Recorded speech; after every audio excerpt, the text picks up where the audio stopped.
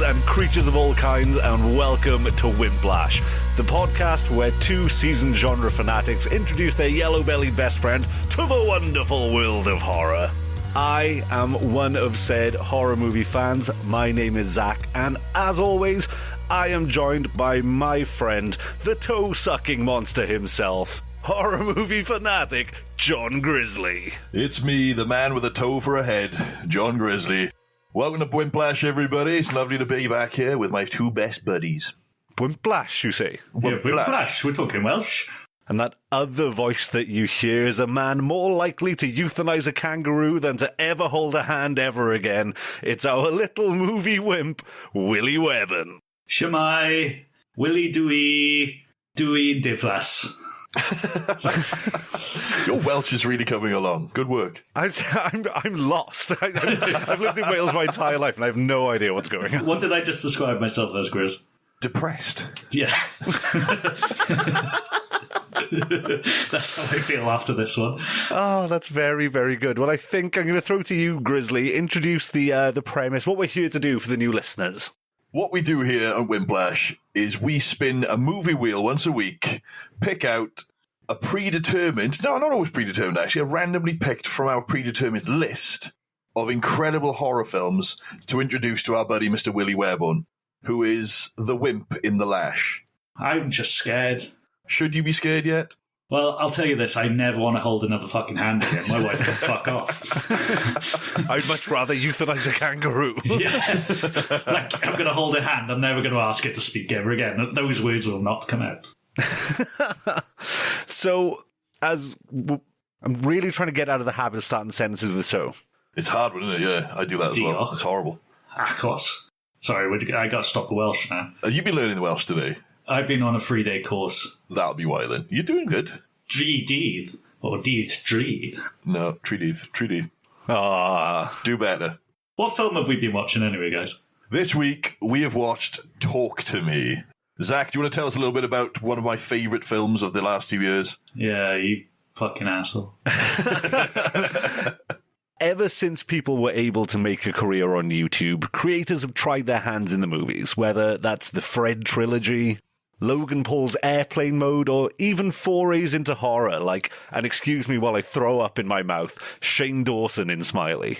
Oh. However, we now live in an enlightened age of content creators making horror movies, such as Chris Stuckman's Mike Flanagan-produced Shelby Oaks, or Mark Markiplier Fishback's upcoming Iron Lung. And that door was so spectacularly kicked open by two hyperactive Australian twin brothers, Michael and Danny Philippou, a.k.a. Raka Raka, with their directorial debut, Talk to Me.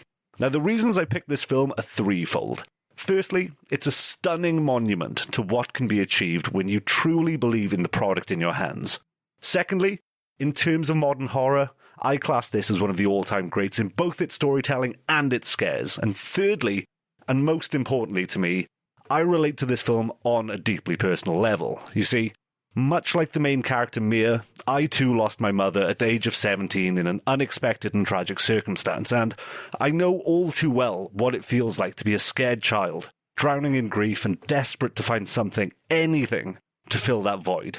And it's on that note that, boys, as lifelong friends of mine, truly I want to take this opportunity in this moment to say, good luck making that funny, you fucks. Son of a bitch. Son of a bitch. Oh my God, you fucker. Oh God, I was really happy when I wrote that. Can I ask first of all, who gets called Duckin? Fucking Duckin, mate. Fucking Duckin. It's Duckett, which is what he should have done to the knife that he threw at his own head. The most epic thing I've seen. When that started, epic. This film is just... I had difficulty making notes because I just could not stop watching it. This is the second time I've seen it, and it's blown me away again. I loved it. Absolutely loved it. Well, I knew I was going to love it. Talking of Duckett, from that opening sequence, it starts with one of my all-time favourite cinematic tropes, the oneer. One clean shot through a house party is Cole, Duckett's brother, who... You know, it's the opening of the film. You don't know who the fuck these guys are. No. Walking through a particularly wild-looking house party until You walk past the mum cutting fucking vegetables in the kitchen. She's got carrot sticks, celery sticks, cucumber sticks. If you're doing ketamine, you've got to keep your vitamins up. Keep hydrated, tell John. But yeah, he's walking through this house party looking for his brother, busts down the door. His brother's been acting freaky. Everyone in the house party, he's like, oh, he's on something, man. He's fucking... That wasn't Australian. Oh, God, are we going to be doing Australian accents this episode? Please don't make me do Australian accents. I can't stop when I start. Do it. Oh, you fucking my fucking white, my fucker. Hey, the fucking got down the bottle, I gave a fucking VB long neck, mate. It's state of Victoria. Pretty accurate. But yeah, I love that fucking shot. As I say, he takes him out of the house party, and initially, boom, you're fucking 4 minutes into the film. You get jump scared not only with Dackett fucking knifing his brother right in the tits, but then taking himself out forehead styly with a butcher knife. Not expected, thoroughly fucking enjoyed. He just did it so fast as well. He's just looking at him, and it's in his forehead. Yeah, that was... I wish he had stayed lost, to be honest. This one starts a lot more visceral with a kind of... bit creepy with him talking to himself on his own in a room, but then it's more kind of like party violence and almost like snuff film kind of scares. So I figured you'd probably be okay with the opening webs, but then we get the supernatural making an appearance shortly afterwards. I want to say this was quite an odd thing for me, because I took note. The first time I actually got scared in this film was 45 minutes into this film. That is crazy. No, that's good. That's great. Because, and I've been pondering over this, because I'm watching it first time, obviously, the possessions happen so early on, you see them getting possessed on Snapchat, and then the initial party with the bubbly lady, let's call her. But I think what I was trying to figure out is I have a choice in this possession, so I would be I'm not staying at this party. I'm not your friends anymore. So I had the choice to not be part of this possession, so I was less scared. In the words of a great man, would you like to meet a ghost? No, thank you. Go about your business. Do you want to hold my hand? No, I am going to go elsewhere. So the illusion of choice is something we need to dial in on Grizzly to be better at picking films. So yeah, genuinely. I think that works because this film it draws you in. That's the best part because you get invested in this film. The acting, the cinematography, and how natural it all seems. It's a deliberate choice by the Philippou brothers, and they've done an incredible job of it. And it just draws you in because you feel like a part of this world. You know these people. You know these kind of situations you'd be in. And then this kind of weird supernatural hand-holding, bit of a fill-in for a new drug as the obsession comes along. But it's so well done and it draws you into this world and makes it feel more real and lived in rather than it just being, there's a floating woman who doesn't touch the floor.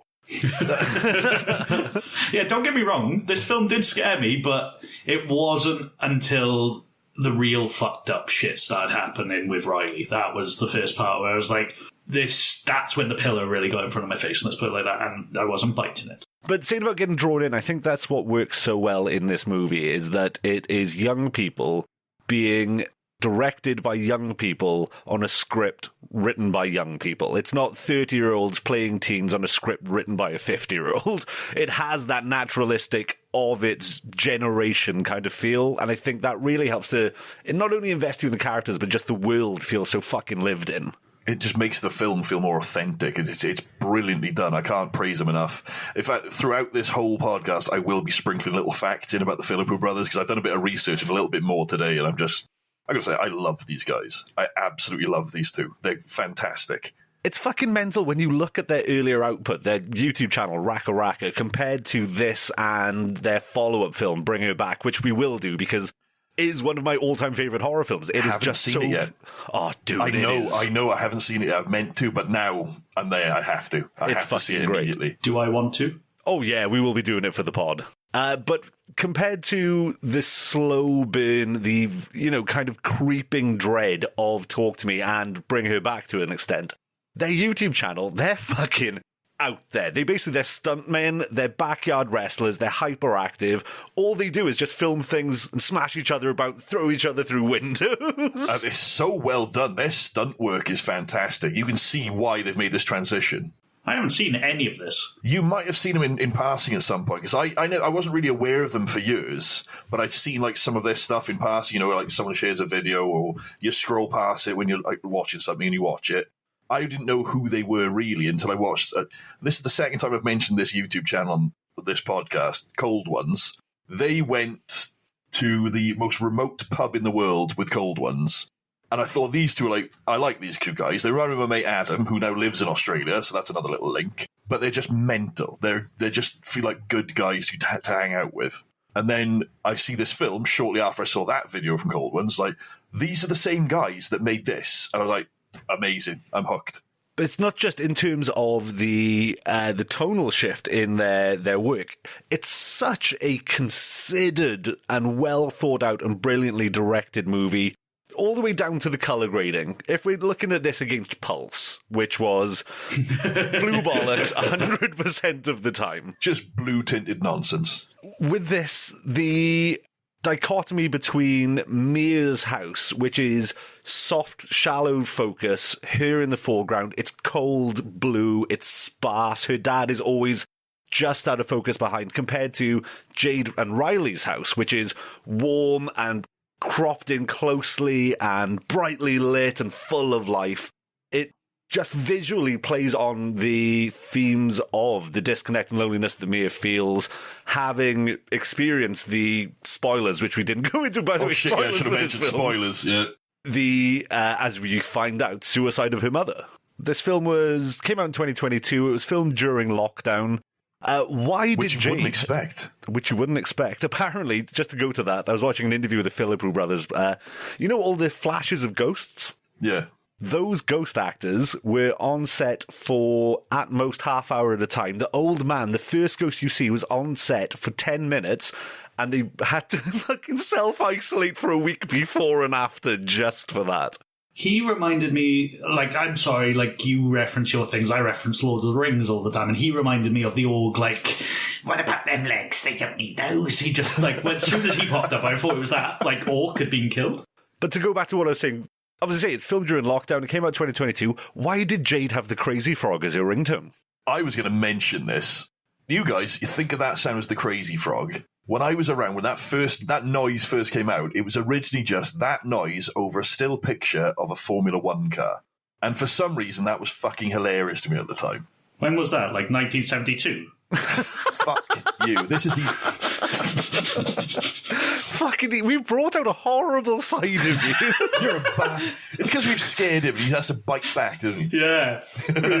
Just shut up. You know what, Webborn? Don't talk to me. But sorry, you were talking about cave paintings. You're a son of a bitch and you know it. I was going to mention, because Webbs has mentioned Lord of the Rings. Last week we had the legendary Brad Dourif. This week we've got the wonderful Miranda Otto. Which Lord of the Rings alumni are we going to have next week? Well, given that we're doing a rare foray into Flight of the Conchords rewatch podcast, we're going to have Brett and Jermaine. Was Jermaine in it? I know Brett was. Brett was, yeah. He's just a random elf. Yeah, that's just weird on a rewatch. But to go to Miranda Otto, she has some of the best fucking lines in this movie. She plays the mum of Jade and Riley, Mia, the main character's best friends, and adopted mother almost of Mia. And she's just so many fucking great lines. She threatens to punch her son in the face at one point because he talks back to it. Again, natural kind of back and forth between a mother and child rather than, I love you, honey. I love you too, son. Don't have a party and drink. It's natural. It's not this kind of... I thought she was a dick. Riley's doing homework on the table and she's telling him to get his shit off the table. I did like that. Yeah, he's clearly studying. He's being a good person. Get that shit off the table. And then, I know you're having a party. You're going to tell me about the party? And then, oh yeah, well... That's honestly so much worse than Grizzly's Australian accent. Well, I don't do accents. Do it. Oh, come on. We've got Zelda Rubinstein out of you. Give us some Australian. No, I don't want to right now. Thank you. Can you do Zelda Rubinstein, but speaking Australian accent? This house is clean, mate. Fucking clean the fucking house, mate. Can you say, my daughter's vagina is out of bounds, but as Zelda Rubinstein? My daughter... No, can't do. My daughter's vagina's out of bounds. Oh, no, I didn't enjoy saying that out loud. So to go back to the movie that we're discussing, early on you see Mia pick up Riley because Jade is too busy texting her cuck boyfriend who they haven't kissed yet. Aussie Tom Holland, yeah. Aussie Holland. And they stop in the road. She sees something, her face drops, and as she gets out of the car, you see her face and you hear this horrible guttural moaning. My question to you, Webborn, did that scare you, and what did you think she was about to see? Yeah, good point. First of all, I didn't expect it just to be a dying animal, to be honest, but no, it didn't. Yeah, anticipation. But then, I can't even get the words out for this, to be honest, because, as I said, like, I was ready to be scared, but then it was just a dying animal? It's just a giant animal. Yeah, but she should have killed it. Like, even, like, Mercy killed it. This is, like, the whole thing, really, isn't it? Like, foreshadowing, of course, as you know. Sorry, spoilers again. But this is what I love about this movie, is there's so many mirrored moments like that. There's her being unable to euthanize the kangaroo, and to jump right to the end of the film, her ready and willing to euthanize Riley to save him. There's her saying, I had a nightmare where I couldn't see my reflection. And then at the end, when, spoilers, she's a ghost and she can't see her reflection. Yeah. Even to when you first meet Mia and she's at her mother's remembrance service and she's watching a video of her and her mother. After the big argument with Miranda Otto at the hospital, and she's like, you're not welcome around my family, you're not welcome at my house.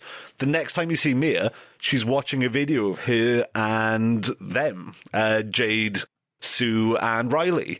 And again, just fucking goes to show that for directorial debut from basically two hyperactive ADHD YouTubers, there's so much fucking great filmmaking in this movie. They did an amazing job. Originally, they had, like, I think there was an American company wanted to, like, make all these different script changes, and they said no. So they kept control of the film. I don't think this film would have been as good if they hadn't kept that, because this has got them all over it. It's so perfectly done. You say about this relationship, like she is adopted into this family. I find her relationship with Mia's relationship with Riley a bit, I don't know, suspicious? I don't know. It's a really weirdly intimate relationship. Like, I don't see it as brother and sort of sister, especially at the point where she's offering him to teach him things to his sister Jade. Did you notice this, or is this just me? So what I see in that is, you see early on, and especially they really hammer it home in a big argument, but the first time you see Jade and Mia interact, there's already a disconnect. I think they built up really nicely that Jade is kind of at her wit's end. She's babysat her grieving best friend. The first time you see her, she's texting on the phone. Mia's talking to her, and Mia has to, like, kick her to get her attention. And trust me, as someone, again, just to go serious, who has been in that situation and insinuated themselves into people's lives, and again, Webborn, you especially, you were someone I leaned on so fucking heavily during that time in my life, and I can't thank you enough for it. I thought watching this film, it was less, I think, that she was being inappropriate with Riley, more that Jade is giving her less, so she's looking for that from someone else. You guys are answering all the right questions. It's like an over-familiarity thing, almost. I mean, she's so ingrained into this family now, she thinks of herself as part of the family. So she doesn't have that kind of like, oh, maybe we shouldn't, maybe this isn't my place. She is his big sister in her eyes, so she will, go against what Jade's saying as well. She thinks comfortable enough to do that. Yeah. Thank you for answering these questions for me. And, Jade does also say Mia forced herself into her family at some point, like, obviously. So, scares, let's fucking jump onto it. You said 45 minutes in, the first time you get scared in this movie. Talk us through it. What happened? What scared you? So, not so much like Riley beating his own face up with the cabinet. That didn't get me. And that whole scene, I thought, like, the jovial music and they're getting possessed, I thought, like, I'm not scared. Why am I scared? There's this creepy little French song being sung. That didn't scare me. Probably the first scare is seeing her mum outside the door. Like, obviously she's had a connection with her mum through Riley, but then she sees, when the police are interviewing, she sees the reflection of her mum through the door. Oh, right, so Mia seeing her own mum rather than when she sees Riley's mum in hospital. Yeah. Yeah, okay. Okay. See, I'm surprised you weren't freaked out with the actual possession. Because the way, what's her name, Sophie Wilde, the actress who plays Mia, is incredible in this. Yeah, phenomenal. It's just such a great performance from her. The first possession scene from her, she sells it so well as this completely different character who's been possessed and sees these horrible things to Riley as well. So that kind of foreshadowing what's going to happen to him. He likes you. Yeah, and it's just so horrible and intense and stuff. But that didn't freak you out at all? Especially, I thought when she's leaning her head going, run, run, run, I thought that would have got you. Once again, I kind of distance myself knowing that I would never be in that situation. I don't know why that is. Like, it's really hard to either that or 4 films in, and I am suddenly, I've lost all my fear 4 films mojo. in, podcast done. Yeah, I'm not scared. No, because I definitely did get scared towards the end of the film. But it was as soon as it was out of control, you know, like it was in a controlled environment. You could choose to see this. So there is obviously control there. But this kind of leans into the whole kind of peer pressure thing as well. Yeah. So obviously she's not as popular with other people. She's kind of glommed onto Jade and Riley a bit, and now they've brought her to this other place where they fucking irritates me. I fucking hate this bitch. Then she wants to fit in a bit. I did love when she walks in and Haley just goes, oh, fuck me. It's fucking brilliant. Is that just all Australians? Because as I say, they're all like very upfront about being dickheads. Cunt is an affectionate term for them, which I really like. Oh, I wrote that. I wrote C word somewhere when I wrote out my notes. I didn't say the word, but you've just out and said it. C word, say word. We're not on the BBC. We can say what we want. What happens if I grab the hand and say, I am not letting you in? Fuck all happens, I guess. And what if I say, don't talk to me? Talk to him instead. That's what that's what I would do, though, is I'd grab the hand and go, talk to Webborn. I have to say, Riley is a braver kid than I ever was. Like, he was 14 in it, and he's, like, asking to do it. As I said, Stuart Little is a braver kid than you ever were. I would leave, move cities, burn Australia to the ground, along with that plastic-ass psychic Satan hand thing. I'm also really upset because Stuart Little was brave as fuck. I meant Chicken Little. To be fair, those are the same person in my head. I don't think I've seen either film. One's a mouse, one's a chicken. It's all food to me. I want to go back to something you just said, though, Webborn, about the creepy French music scene before Riley thoroughly fucking domes himself. I think, again, that was a purposeful bait and switch, that it really sets it up that it is this fun party drug, and that scene isn't meant to be scary. I think it's meant to almost lull you in and be like, okay, this actually seems like it'd be a good time, so that when Riley fucking just caves his skull in, and like, when he grips his eyeball, that whole sequence. Oh. I think that music section, that little montage, was there just to lull you in, to give that extra scene extra impact, because when he's smashing his head in, there's no music. It's the only sound you get is just the visceral head smashing and the screams of all of these children realizing that their good time has gone to fuck and life has got very seriously very quickly. We say it's jovial, but before that, Daniel was necking a dog. Yeah, I mean jovial. Yeah, what do you call a good time? I thought, at that point, once again, I thought he might kill the dog in this moment, that horny little demon thing. Well, see, we've kind of touched on like animal cruelty and stuff in films. I don't want anything to happen to this dog. I don't want anything to happen to this. Last week we had Pulse with the Hammer Cat. MC Hammercat? MC Hammercat. What was his name? Malnutrition? Malcolm Nutrition, the poor Hammercat. This week we got Joey, the dying kangaroo. But nothing happened to my favourite bulldog, apart from like licking off a bit. Licking off a little bit. There's a bit of licking going on. There was a bit of toe fun going on in this film. But let's go back to Riley taking his own eye out. The way they did that, they basically said they had to put his face on his face with prosthetics so they could kind of reach in and make it look real. So it's a practical effect. Again, no CGI, no bollocks. They're out-and-out stunt and special effects guys doing an amazing job once again. The prosthetics in this film were epic. When Riley was in the hospital, he looked absolutely... Yeah, that was... And all the Talk To Me people, they were all... I remember hearing in an interview somewhere, or reading somewhere, that especially Riley in the hospital is based off a real-life experience where I think he was either a friend or family member of the Philippou brothers had been in some type of horrendous accident. And that's what they based a lot of that prosthetic off, was their recollection of what someone with major head trauma in a hospital bed looks like. And it is very fucking realistic, and it is very fucking hard to look at. Yeah, they did a really good job of that, because it's hard to see him in that hospital bed. What did you call the dog, Grizzly? Licky Boy. What did I call him? I don't know, but they called him Thought Dog. Thought Dog. Thought Dog. Again, youth slang. Yeah, I was like, oh, Thought Dog. Nice. I wanted to bring up as well, like, because we've already talked about them doing this, what is effectively a drug. It's an allegory for a drug, and get obsessed with that and having a good time until it goes horribly wrong. A lot of horror, as Webbs you've already noticed, and have decided not to do the things these people do in these films, it relies on characters making dumb decisions that you wouldn't make in real life, with the knowledge of the films. Like, oh, I wouldn't go down that dark alleyway. I wouldn't say hello to a ghost on the internet and click on that link. I truly believe you two would, though. I think you two are fucking dumb enough to be like, oh, talk to me.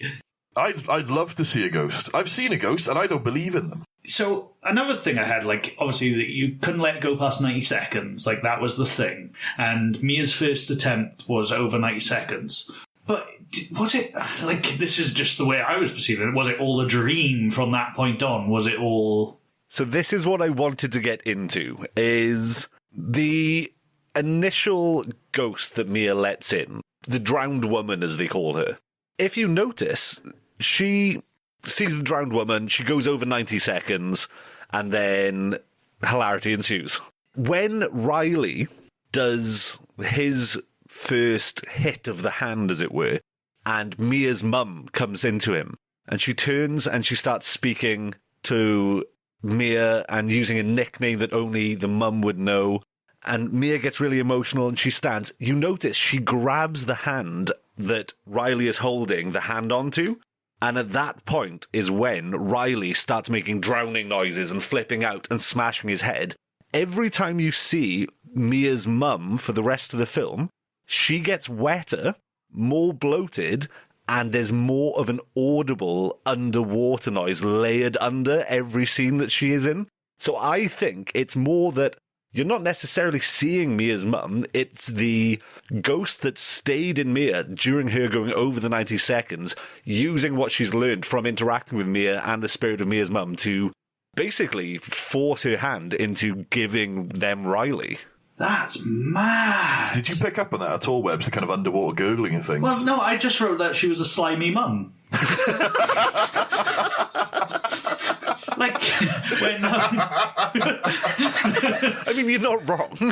No, when Mia was in her own bedroom and her possessed dad is trying to break down the door, that's when I noticed. I was like, oh, she's just a bit of a slimy mum, really, isn't she? Like, but I didn't put the two and two together.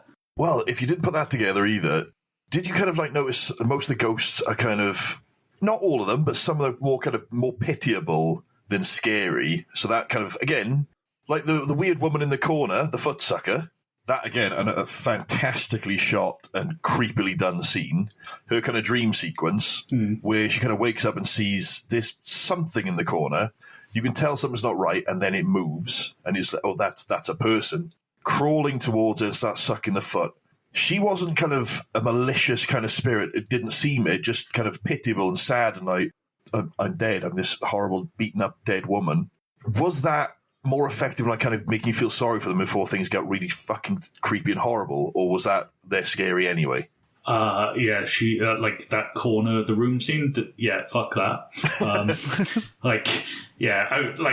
Whenever you look at a corner of the room, you just know bad things are happening in corners of rooms. That's where the worst things happen everywhere. And toilets. Once again, toilet scene. I was just waiting for a bath. No one had a bath in this film. Very happy. Although there was a very nice scene, what seemed like quite a calming scene of. Did you notice the really nice light work they had with, I think, Mia and Riley at some point, where it's raining, there's a storm, and you can see all the kind of the storm rain reflecting off the window? Just wanted to point that out. I thought it was a really nicely done shot. Good effect. Yeah, wait, that was a point as well. Like, because Mia, first of all, KSI doing Who Wants to Be a Millionaire, that was a bit... Sidemen. The Philippou brothers are friends with the Sidemen.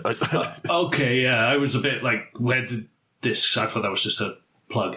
But... It was. Yeah, she was pulling out the earphones, and then next thing, this hand starts stroking him. It changed. Yeah. Why?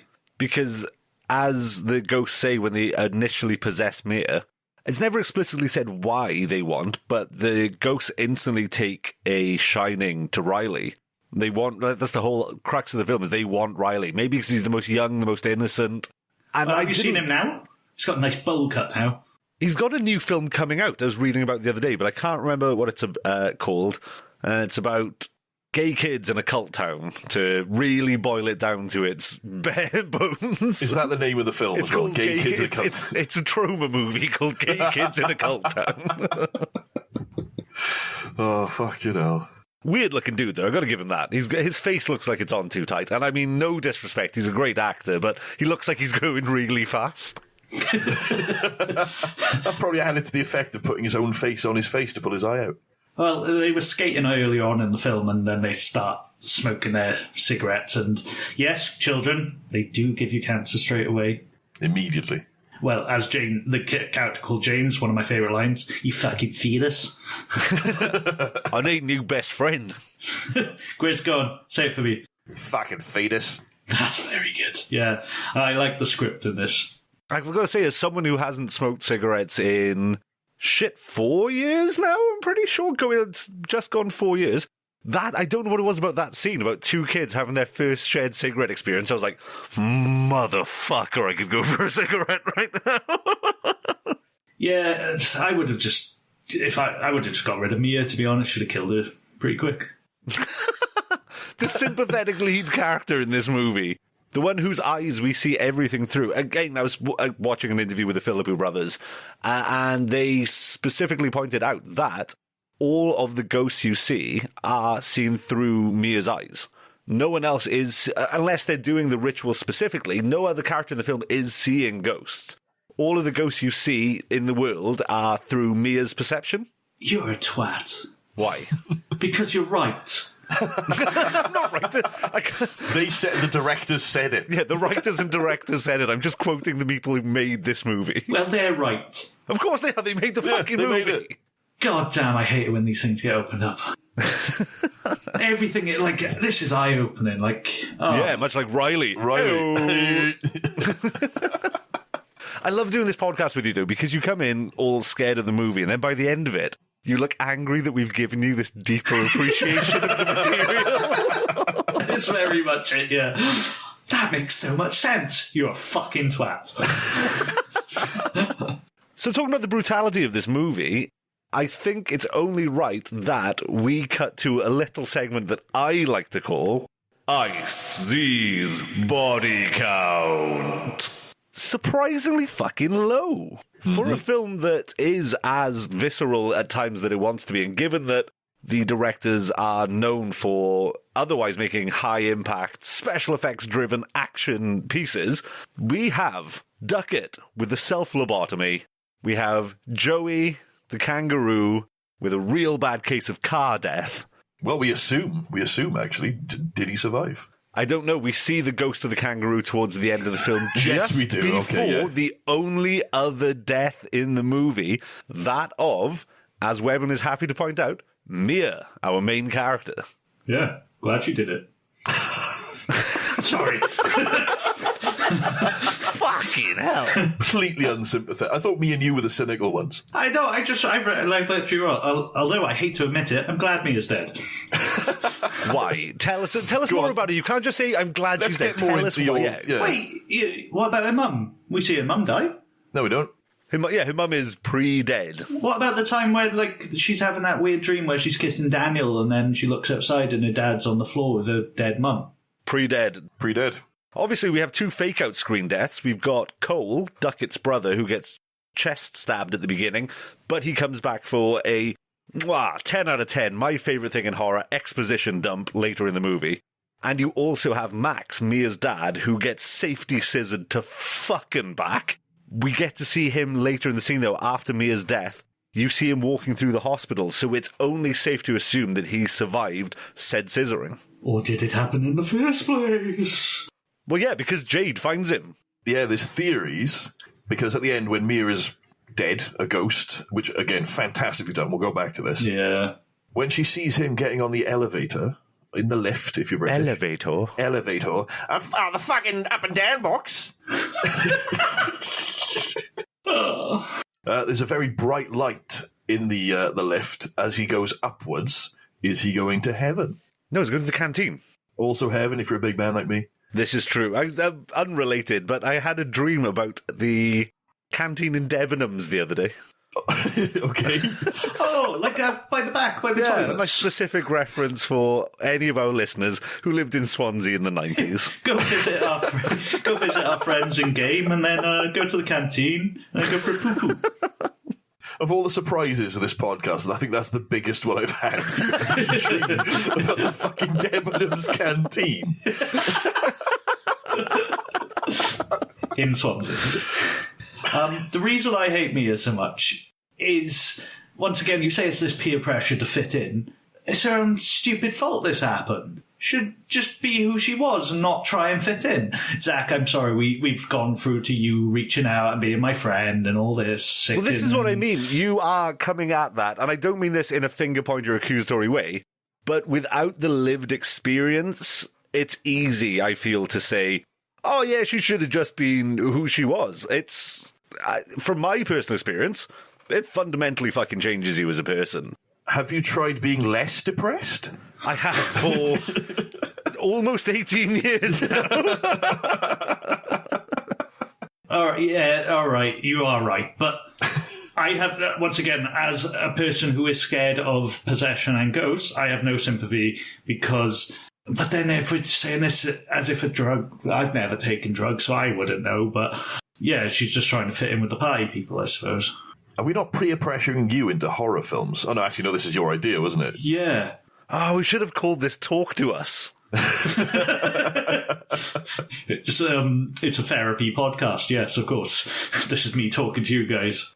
Yeah, I don't know, it's something about Mia pissed me off this entire film. And it was probably the fact that she was so willing to happily see these demons.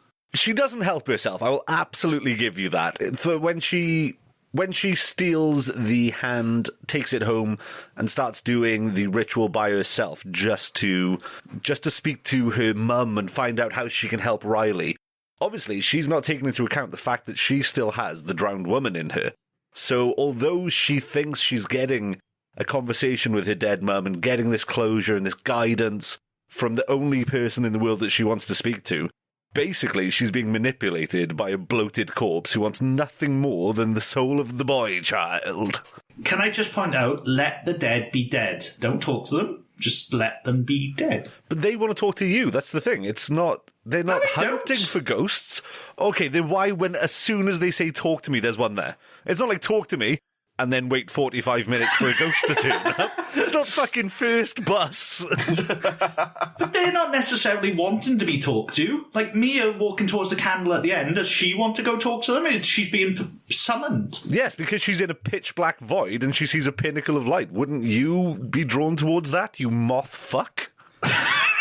No, I wouldn't, because I'm scared of humans as a ghost. Oh, you're going to get, reverse scared.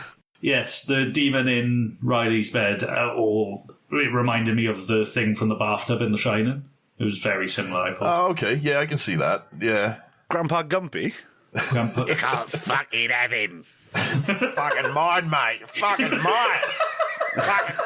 Fucking possess this. Fucking get your own, mate. I did love, the prosthetics on that gumpy old man. He looked disgusting. He was fucking horrible. Very Boily well done. and goopy and toothless and, beautiful. So, hospital sequence, let's talk more about that. There is a scene where they want to try save Riley. You see maybe the only non-horrible looking ghost is when the little girl ghost appears to Mia and lets Mia in to see what's happening with Riley's soul. I don't want to give too much away, Webborn, but this is a direct mirror of another scene in another film on the wheel, both of which were cut down explicitly. I'm trying to think which film you're referring to. I'll give you hints. Seen it. No, it's one of your picks. Oh, okay. Right, let me give you hints. They hired actual porn stars and amputees to film the scene. Yeah, I know. But yeah, again, that film and this film have hell sequences that were filmed a lot more graphically and a lot longer. And then, as a filmmaking decision to obviously get ratings to where they needed them to be or to just make it more palatable to a wider audience, were cut down. And I think it works really well in this film to make it just these short, horrible, sharp, horrible, fast glimpses of hell. Whereas in the other film, I want to see more porn stars and amputees. That is unfortunately... Oh, we'll talk about it. I was going to go into detail on that again, but we'll wait till the actual film. Let's just talk about the baby getting eaten in that scene as well. Mate, dingoes ate babies all the time, mate. Why can't I have a little slice? Have a little chew on that little fucking... delicious, mate. Was that right. Delectable. Dingoes have human souls. Oh, I see where this is That's coming what from it is. now. That was the dead dingo. Dingo eating a baby. Oh, I found a bit. I said this drippy effect is quite nauseating. Talking about the mum. I just saw it. Sorry. This drippy effect. Well put. Very well put. There was so... All right, so Mia killing herself. Can we go into Mia killing herself, please? Yeah, well, obviously you've been fucking bone hard to talk about it this entire time. Yeah, once again, she steals her mate's boyfriend, who is her ex, and then she jumps on these people's car. These people are innocent. They had nothing to do with them. They've just killed a girl. She doesn't steal her. She steals her mate's brother. Oh, and boy. No, she's sharing the bed with Daniel, and then she tries to touch his hand. That's so much earlier in the movie. I'm sorry, right? I just don't like her. That's like saying, oh, can we talk about the end of the film?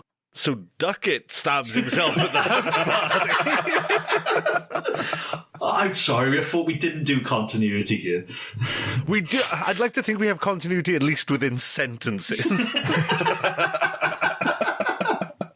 All right, yeah, so she's got Riley in the wheelchair at the side of the road, and then the demons, or her mum's telling her to push him into the road? Yeah. The bloated ghost acting as her mum. Yeah. The drippy ghost. The drippy bird. The drippy mum. What did you call her earlier? The soggy mum? Slimy mum. Slimy mum. Yeah, and then she thinks, no, this isn't a good idea, and she jumps herself into the road. When she got up, I actually thought she was still, like, I didn't expect the death sequence. I thought, oh, she survived. Oh, good effort. What did you think of the death sequence? I thought it was incredibly well done. Like, everything slowly, the lights slowly turning off, all the kind of the time passing without her realising it. What was the old man? The old man in the room next, and he sat up in the bed. We see him earlier on, don't we? Is he dying earlier on, and then he's better? No, I think that's him, his ghost, getting up and leaving as well. See, I think it's to show the passage of time, because you see Riley is up and about. You see Max, Mia's dad, is leaving the hospital. Obviously, he's had a fucking massive neck wound. It shows that, you know, through time, all is healed, all these people are getting better and going on with their lives. Whereas Mia just thinks she's just got off the road. She doesn't, you know, she thinks everything's just happened, and it could have been months down the line for all she knows. I think it was there more to obscure the passage of time rather than just to be like, up and away. There's an old man here. What I wanted to say, though, is on my first watch, and I'm still kind of up and down with it on this one, does Mia make the ultimate sacrifice and chuck herself in the road? Or does Jade give her the old fucking sweet chin music into traffic? Because as soon as Mia's in the road, Jade is next to Riley, cradling him. And has she run and thrown Mia into the road to save her brother? Or has Mia made that ultimate sacrifice? I think that was something that was left quite loose. It's a good ambiguous ending because you don't know which it is. Did Mia actually finally top herself like her mum did, apparently? Or was she kicked into the road by Jade, having enough of her shenanigans? It's such a good film, not just a good horror film. It's made me ashamed of my first two picks on this podcast. And that's what we have put some purposeful clankers on the wheel. There is some absolute dross on there. Oh, right, as well. Do you think that the people who visit the hand are people who have touched the hand before? Could it be anyone who's dead? Well, it's got to start somewhere. It's a chicken and egg thing, isn't it? Yeah, but by her visiting the hand at the end, do you think it was just people who... All the people who get possessed are people who've touched the hand and been killed by this, you know? So what I wanted to question, which I have in my notes, and I get it from a filmmaking standpoint, this is the Philippou brothers really keeping it at home and paying Australian actors for an Australian film. But I do have in my notes, are all ghosts Australian? No, one's French. Webborn, you are about 6 miles away from your microphone. Oh, sorry. I got too comfortable at the idea of Mia dying. Sorry. No, because there's a French ghost. There's a French ghost. She's singing in a lovely little French song. Was there a French ghost? Or was that just Edith Piaf singing? Who's Edith Piaf? Who's Edith? Do you want me to do my underwater voice like, do you reckon Mia's mum? Oh, right. That's really impressive. Yeah, I like that. There's a Andy Daly character he does on another podcast where he does that voice, and I've always wondered how he does it. Now that I know that other people can do it, I'm less impressed with him. We're all Chewbacca's at heart. I want to say I'm never letting you guys in. You never... So, hypothetically, Yeah. you grow enough as a person, I'm not going to make any generalizations about male body parts, but you grow enough as a person that you are comfortable enough to grab the hand, you look dead ahead of you, and you say, talk to me. Mm-hmm. And Grizzly's ahead of you. What do you do? By the way, Grizzly's dead at this stage. Just need to add it to the body count. Well, I want to say I'm actually grown enough in the fact I wouldn't touch the hand, so I'll just leave it at that for now. But no, if Grizzly's in front of me, that is the last person you want to let in. What do you mean? How dare you? I wouldn't be an underwater monster. No, you're an on-land monster. I'm a land whale. I think the really scary thing I've just realised about this is that this was a COVID production, and not once do you see anyone use hand sanitizer after using a shared hand. That's a very good point. And Mia puts toes in her mouth. You never know. Fucking Joe, or whatever his name is, could have been coughing on his own feet. She could have gotten COVID. Oh, there it is. You know, at the beginning when I made that emotional speech about my dead mum, my childhood trauma, and I said, good luck making it funny, you fucks. John Grizzly, ladies and gentlemen. There it is. I don't always hit. Sometimes I do it well. Yeah. Fuck you. So do we have any other points we want to make about this before we move on to rating, reviewing, and looking at next week's movie? I've got some things I want to say about the Philippou brothers, because I've done some more research on these guys. The poo-poo? The Philippou brothers. Raka. Check them out on YouTube. They are fucking incredible, to be fair. Really good. Amazing special effects. Did you know they were involved in the film The Babadook? Were they? Yeah, I think... I haven't found exactly what they did, but everything I've said, they worked on the set of it. I'm assuming some kind of stunt coordination there, or some kind of special effects going on. I need to look more into it. This was just in the last half hour before we came on the podcast. So I was just like, I'll make a note of that. I hate to admit it, I've actually seen that film. You've seen The Babadook? Have you? I was going to put that on the wheel. I was considering putting it on. I can't remember why, but all I know is it goes like Babadook. Babadook. They worked as lighting assistants and production assistants on the movie, so they were basically just on set, grips and whatnot. Well, there we go. They got their foot in the door. Also, I wanted to say they were offered a chance to direct a DCEU film. Oh, do you know which one, and can we make a guess? I don't know which one, because it's never been revealed what it was, but they turned it down in favour of making this film, Talk to Me, instead.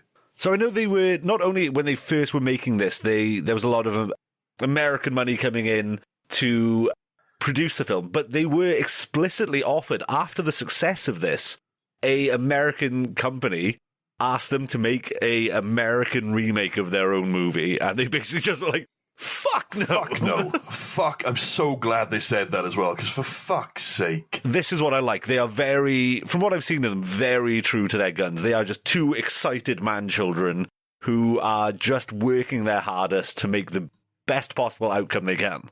And that's how you get a good film. You don't get this soulless fucking money and this stupid corporate shite. You get two excited Australians making something they want to make, and you get a film like Talk to Me. Sorry to be so naive. What's DECU for us who don't know? DC stands for Detective Comics. So Superman, Batman, all them dickheads. Right. Oh, I thought you... Oh, DC Comics. Right, fair enough. Like shit Marvel. Oh, what else do I have? Yeah, I don't know what DC film it was, but they turned down making an American remake. I watched the video, again, about half an hour before we came on here. Checked out a bit of Raka. There's a film of them going to Sundance Film Festival. and it made me emotional. I was so happy for them. Seeing them so excited and just getting so excited about being taken on by A24, which is a massive, massive deal. Honestly, the clip of them, because I watched the same video, the clip when the handler who's with them, because basically they made the film, Webb, they got picked up for Sundance Festival, got a load of hype and buzz around it going in. They were like, had all these meetings with like Atomic Monster, James Wan, all these other people. Ari Aster. And there's after the premiere, they're on the street. It's the middle of the night. They're in the middle of, like, is it Ohio? Where they do Sundance? No, it's not Toronto. It's no, on the film it doesn't matter. Somewhere, America. Their handler takes them to one side and goes, just to let you know, and she's whispering, obviously she's got to keep it secret. She's like, A24 have picked up the movie, and Michael Philippou jumps higher than anyone I've ever seen in my life. I've never seen so much pure joy and elation in two people, just seeing all their hard work pay off. And I did, admittedly, the first time I saw that, I got choked up for them. I was just that is fucking incredible. They made me feel feelings. I'm so happy for them. It's well deserved as well. Because Webbs, you don't know anything about these guys, of course, because you go into these films blind. Did you realise this is someone's first film? No, not at all. It's so good. Like, as I said, I was hooked on this film. Like, as I say, first 45, not being scared by a film is always a nice thing to enjoy a film. It's just so well made. You'd look back at Pulse, look back at Mama. They seem more like someone's first film with, like, a load of money behind them and a load of studio bollocks. Whereas this film is all them. They chose the casting. Almost everything was down to these two guys. Obviously, they got a great team around them, but they made a lot of the main decisions. And this is their first film, and it is just incredible. So, talk to me. What's the budget and the take? Ooh, right. I haven't actually pulled that up. Let me have a look at that would be interesting, seeing as it's their first film. They're obviously not going to spend a lot. It was COVID times. You say that they wouldn't spend that much. The introduction, and again, I get it, it's their first movie, but the amount of title cards at the beginning of this movie was akin to the opening of Tim and Eric's $1 billion movie, where you have about 25 different Cinco companies producing the movie. So let's look at the budget and box office. The budget is $4.5 million. Okay. Who wants to take a guess first what the take was? 115 million. 115 million. Grim. I'm going to go above that, 250. Well, you two have too much light in your hearts. It made a measly 92 million. Really? Still, ridiculous. 4.5 million. Yeah. DIY budget debut movie. Picked up by one of the most respected film distributors in the world and launched their career. Everyone knows who the fucking Philippou brothers are now. Fuck yeah. Though, saying that, obviously it's got huge money coming in. It's got 94% on Rotten Tomatoes. One review did catch my eye, which says, half a star. This is literally the dumbest movie I have ever seen. None of these people have any common sense, and everyone has such a lack of awareness that it's astronomically beyond me to the point of no return. Written by Willy Webborn. I was going to say, I had no idea you were... That's me clapping, by the way. I had no idea that you were a Rotten Tomatoes reviewer. No, just Google on restaurants. By the way, we went for food the other night. That place got a 2-star. Oh, for the amount of hours it took for the food to turn up. Yeah. Well, someone must have given him a 5-star because he had my meal, your meal, and his own. I don't know. It's not chicken. I don't know. It's just bloody lovely. It's not chicken, but it's bloody lovely. It's a lovely meal. It's not what I ordered. No, of course it's not. It's what I fucking ordered. Yeah, it's mine. I implore anyone listening not from Swansea to come to Swansea and witness the people. The people, because you won't understand them, but they will eat your food. So I think I've said everything I want to say in terms of discussing the movie. If you guys are in agreement, should we move on to rating and reviewing? One more thing I'd like to say, please. If you ever give me your hand, I will smash it over your head. I'll make it go limp, and it will bounce off my incredibly shiny dome and ricochet back into yours. You fuck. You slimy mum fuck. Then let's talk rating and reviewing. As ever, we will give the floor over to Willy Webborn, rating it on 2 factors out of 10. First of all, the scares out of 10, and then the overall movie enjoyment out of 10. The floor is yours. Oh, titular wimp. Hit us with it. Right, scare-wise. Like, this should be higher for me than I'm giving it, because it's a fucking brilliant scary film. There's a lot about it that's scary, but it was given this somewhat jovial effect that it didn't constantly scare me, so I'm giving it a solid 5. I fucking hate you. How the fuck have you rated Mama and Pulse scarier than this movie? I was so excited when this came up. I was like, good, I've done him. He's going to shit his pants and have an aneurysm. I don't know you. But is this not the thing? Once again, we're talking about choice. Like, I have the choice not to take part in this. In Mama, there's no choice. Mama's just there. There's total choice in Mama. Look, actually, don't want the kids. Auntie whatever face can take him. Bosh bitch. Yeah, the one with money. Or just don't get to that weird cabin. Eat cherries for 20 years. Yes, but Mama we exists. Go back to Mama. Oh, we can't go back to Mama. No, Mama doesn't we could exist. go into the entity exists all around you without it being... Like, the only time the entity's let in is by given the choice of taking the hand and asking it, and I chose not to. Mama exists. You can turn your monitor around and turn your printer off, most importantly, and ghosts can't get you then, can they? No signal. I disagree, and honestly, I'm fucking angry. I am fucking angry. You know what? At the end of... if we're doing series or seasons of this podcast, I want you to go back and redo all of these and see how you really feel about them after having watched a few more films. Because I think you're going to change your opinion on Mama, you're going to change your opinion on Pulse. I hope you're going to change your opinion on this one, but I'm not going to force you. But I don't... we're going to get into it again. I like it. I'm going to fucking kill you. It's a 5. It's a 5. It's okay, a strong... all right, 5. Okay, we get fair, it. You're a big brave boy now. Out of overall movie enjoyment, what did you give it? Thanks, Dad. 8. Fucking loved it. Really did. Yeah. Well done, poo-poo boys. You did good. For a second, I thought you meant us, and I was like, oh, right, the Poo-Poo brothers, the directors. Yeah, I'm not very good with words or remembering things, and I don't even know who you've been talking about for this past hour. Right, let's take the floor over to the crimes of Gribblewand. Scares out of 10 and overall movie enjoyment out of 10. Hang on, there's the biggest scare here. Did you just reference Fantastic Beasts? I don't know what I referenced. Yeah, no, I did. I did some J.K. Rowling shit. Oh, God, was I just transphobic? I'm going to give this, for scares, I'm going to give it a 6. Pussy. Oh, you son of a bitch. Oh. He gives one little score. Look at his face. He's an ass. Look at him. Ah. You've got choice. You don't have to let the ghosts in. Shut up. I'm going to give it a 6. The scares were incredibly effective, but it was more the atmosphere, which, it doesn't scare me so much, but I loved it. The film, it's a 9, a very high 9 for me. It is an absolutely outstanding undertaking especially for their first film. And I don't want to spoil it because I hope to do this, but this film is fucking dwarfed by their follow-up. Bring Her Back is, not to give too much away, I saw it in the cinema and I was going to meet a few of the boys for pints afterwards. I got halfway through a beer, looked my friends dead in the eyes and said, I'm sorry, I'm in far too bad of a mood. I have to go home. I'm sold. I'm sold already.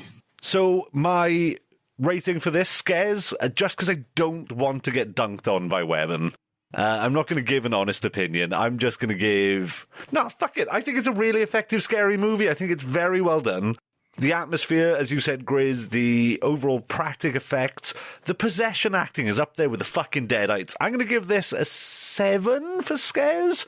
When I first watched this was a film I thought was genuinely real fucking frightening effective, and it may just be coming at it from the more personal angle that I have, but I genuinely loved how scary this movie was compared to some of the other offerings from around that time. Overall movie enjoyment, again, 8.5 out of 9, and by that I mean 8.509 out of 10. I've got to say, I've just remembered, after we watched this film, this was Tuesday, we're recording this on Thursday night, both me and my wife had nightmares for the first time in years, so I think I do have to up my score again to 7. Yeah, we actually both woke up with a horrible, I'm in a bad mood. That was a horrible dream. and I think that's what caused it. Well, I had a horrible dream the other night where someone tried to make a sexual advance at me that I turned down. And then my wife found out, got blitzkrieg drunk, and went on a gun rampage. So that's... Was this in Debenham's canteen again? Different dream. No, Debenham's is a safe place. That's plausible, though. I really have to say that. So, ratings done. Beautiful. Before we find out what next week's film is, would you boys like to plug anything? Actually, this is a really random one, but it's for anyone in Wales, right? Because we were discussing before that I'm actually learning Welsh at the moment. As part of my job, I have to be able to dysgu Cymraeg or Amatha Cymraeg. I'm going to plug the most random thing possible here, and it's dysgu.cymru, and that's the website. So go check that out if you want to learn Welsh. It's helped me endlessly, and they're a great website and a great people to help you learn. Love it. There you go. That's a really random one. No, I love it. Honestly, I wasn't expecting a plug for a dying language, and I really fucking appreciate that. It is. No, you've got to admit, it's on its way up, but the Welsh language could be a lot stronger culturally than it is. And that's from a non-Welsh speaker. We're coming back, and you should learn too, you fucker. We live in Carmarthenshire now. It's the second highest speaking county in Wales, actually, mate. It's also the second highest spoken language in Wales. Very good. Grizzly, what do you plug in? I'd like to plug Willy Webborn's fingers into a plug socket, because it was much bloody scarier than a 5, you bloody ass. I will plug my band, Nihilistic. We are coming back. I've got band practice on Sunday, and I am so fucking excited to be back again with these boys. I think we might be releasing some music soon, but we have to remaster all our old recordings and maybe even re-record them again. So keep an eye out for Nihilistic on Spotify, Apple Music, your dad's ass, wherever you get your music from. That's lucky you've got a decent guy recording there. Jesus Christ. None taken as the audio guy on this podcast? No, I'd be genuine that... Tom. Yeah, he's incredible. What's he called his promotions? He called Gordon Loeffler Productions. Gordon Loeffler. He managed to release Midriff on Spotify. Yeah, go check out Midriff at the same time. I can't believe you boys are back as well. This is great. All right, Zach, we've plugged what we wanted to plug. Plug away, pluggy. Oh, what am I going to plug? Doing them and pluggy... which is Welsh, I'm speaking Welsh. I would like to plug, again, all of the bands I'm in, all of the incredible bands my friends are in, all the incredible things that, basically, I've been very lucky in my life to surround myself with very talented people. So find out who my friends are, find out what they're doing, and go show them some fucking support, because they're all wonderful, they're all talented, and I haven't got enough fucking time in the day to tell you. Basically, I love my friends very much. Again, just to get real for a second, they were an amazing pillar of support at a very dark time in my life. And I'm very, very lucky and excited to be surrounded by such wonderfully talented people. So my plug is my love for my friends, you fucking nerds. And we like you too. Not you guys. No, they were great guys, man. I was glad to be there. That leaves us nothing to do except hand over to John Griswold to spin the magical movie Wheel of Misfortune, where we can find out what film Willy Webborn's going to be going into blind next week. Oh, ducking hell.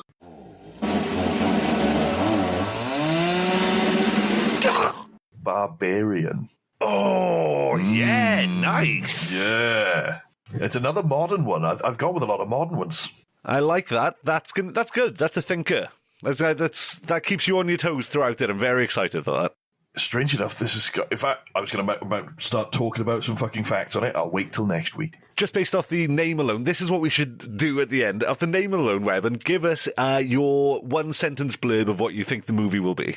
Strong man. Okay, we'll see you next week. Wait, what's a blurb? Have you ever read a book? The bit on the back that tells you what is going on. Oh, that, right. Strong man, silky body. I'm just thinking Conan the Barbarian. That's all I can see in my head. Strong man, silky body. If there's any way to sign off this week's episode, it would be that. Strong man, silky body. Drippy mum.